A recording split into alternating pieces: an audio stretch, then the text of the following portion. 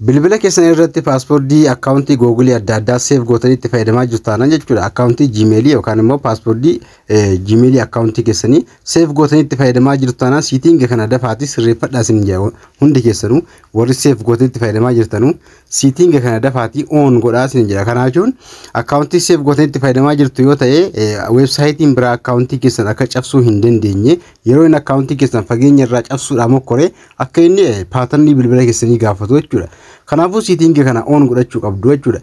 Yeroo inni cabsuudhaan akka inni paatarnii bilbilaa abbicha gaafatu jechuudha.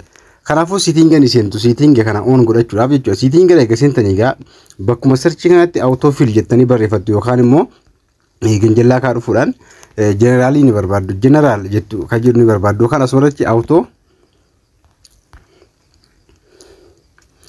autofill kan jedhu eega barreessitanii haala kanaan paaspoortii denda autofill kan jedhu majammaraa isinii dhufa achuma ragattu yeroo takkaaf achi eega tuqxanii egaa asirratti kun paaspoortii denda autofill bakka jedhu kana yeroo takkaaf ni tuqxu jechuudha. Achi tuquudhaan gaa isinii baasa yeroo haala kanaa isinii baasa siitingi kun ni mul'atti bakka siitinga yeroo takkaaf ni tuqxu jechuudha.